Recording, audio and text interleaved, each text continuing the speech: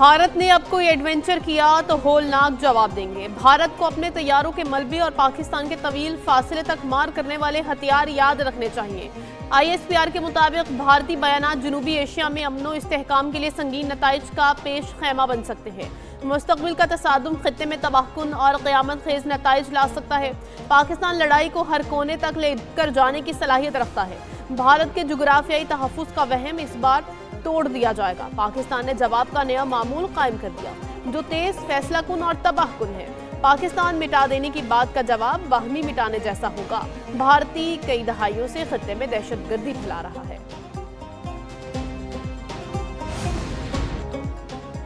अगर भारत ने दोबारा ऑपरेशन सिंदूर जैसी मुदाखलत की तो तमाम शुबहात खत्म कर देंगे। जवाब सख्त और मुनज़्ज़म होगा। सिक्योरिटीज राय के मुताबिक पाकिस्तान को दिफाई ज़रूरियात के लिए किसी की मुआवनत दरकार नहीं। पाकिस्तान के पास अपने दिफा की मुकम्मल इस्तेदाद मौजूद है। पसनी में मिलिट्री पोर्ट बनाने की खबर गलत है। पसनी में कमर्शियल सी पोर्ट बनाने की तजवीज़ ज़ेर गौर है। बैनुल-अक़वामी ताल्लुकात और मुल्कों के आपस में ताल्लुकात बाहमी मुफाद पर मुनहसर होते हैं। पाकिस्तान हर फैसला अपने मुफाद को देख कर करता है। मुख्तलिफ मुल्कों, कंपनियों और सरमायाकारों की शिराकत से मादनियात निकालेंगे।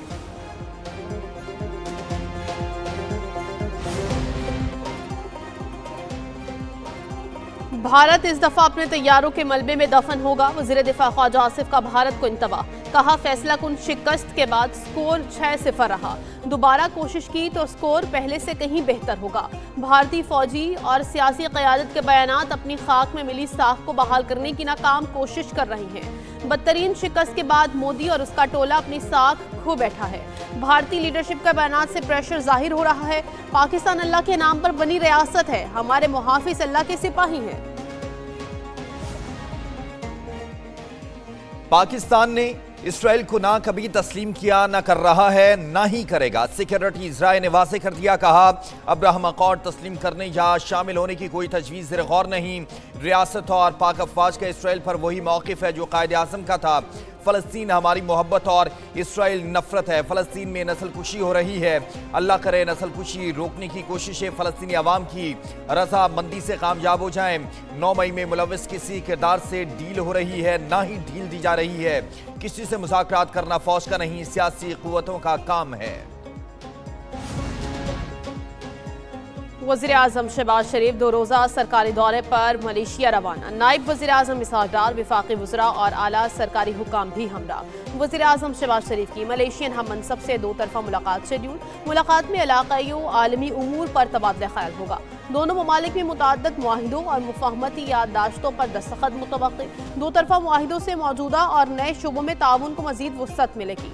मलेशियन वज़ीर आज़म अनवर इब्राहीम ने वज़ीर आज़म को दौरे की दावत दी थी।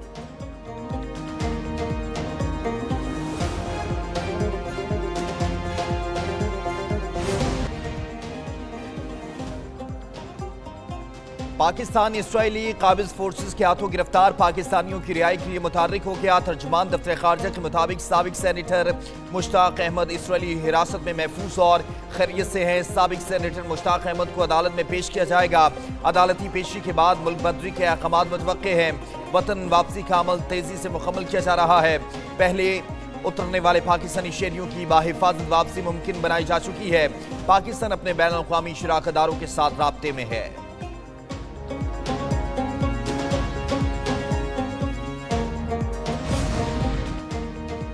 इंडोनेशिया की जेलों में 10 पाकिस्तानी कैदियों की मौजूदगी का इंकशाफ। सरकारी दस्तावेजात के मुताबिक ये कैदी मुनशियात की स्मगलिंग, मनी लॉन्ड्रिंग और इंसानी स्मगलिंग जैसे संगीन जुराइम में मुलव्वस हैं।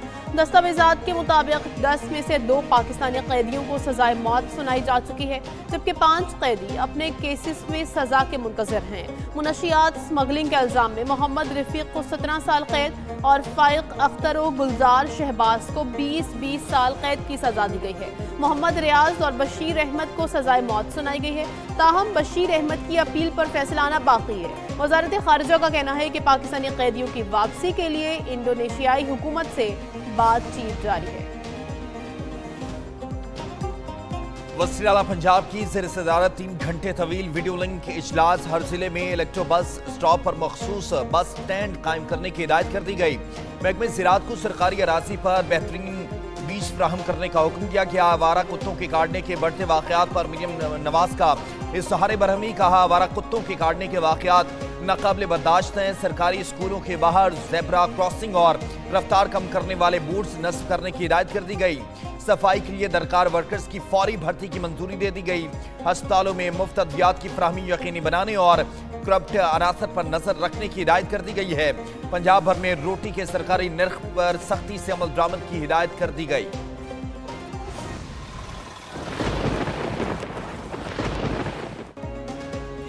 लाहौर समेत पंजाब के मुख्तलिफ इलाकों में आंधी और बारिश। लाहौर में गढ़े शाहू, गुलबर्ग, जौहर टाउन, ग्रीन टाउन और टाउनशिप समेत मुतअद्दिद इलाकों में तेज बारिश।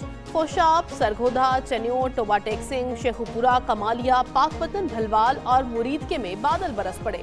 नशीबी इलाकों में पानी जमा हो गया। तर्जुमान PDMA के मुताबिक आइंदा 24 घंटों में पंजाब के बेशतर अजला में बारिश का इम्कान। बारिशों के बायस दरियाओं के बहाव में इजाफे का खदशा।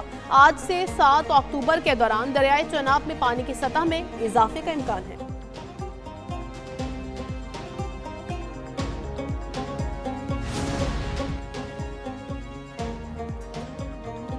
समुद्री तूफान शक्ति मजीद ताकतवर हो गया। कराची से 480 किलोमीटर जनूब मगरब बहरा अरब में मौजूद है। समुद्र की लहरें इंतहाई बुलंद हैं। 7 अक्टूबर तक सूरत-ए-हाल शदीद रहेगी। ट्रॉपिकल साइक्लोन वार्निंग सेंटर का 8वां अलर्ट जारी कर दिया गया। बदीन, ठट्ठा, सजावल, हब, लसबेला में आज बारिश मुतवक्के है। हवा की रफ्तार 110 से 135 किलोमीटर फी घंटा तक पहुंचने का इम्कान है। माही गिरों को गहरे समुद्र में न जाने की हिदायत कर दी गई।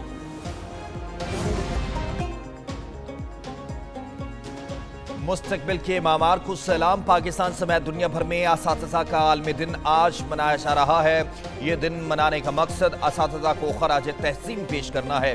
कौमों की तामीर में उस्ताद का किरदार बुनियादी सुतून की हैसियत रखता है।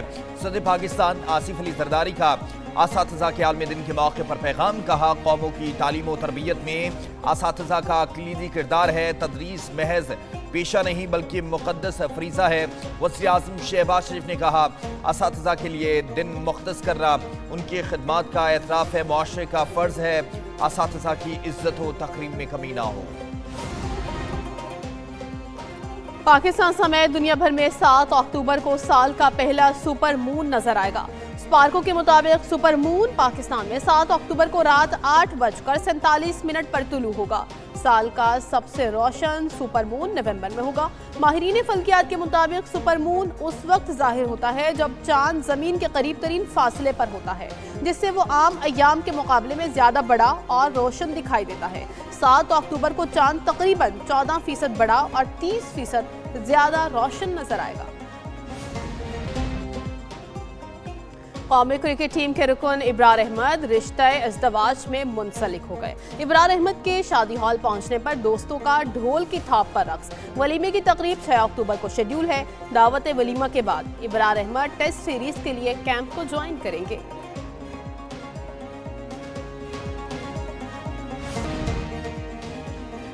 और पाक फौज के ज़ेर एहतमाम बन्नू में पेंटिंग और आर्ट्स इवेंट का इनेकाद। तकरीब में मुख्तलिफ स्कूल्स और कॉलेजेस के 150 से ज़ायद तलबा ने तख्लीकी सलाहियतों का मुजाहिरा किया।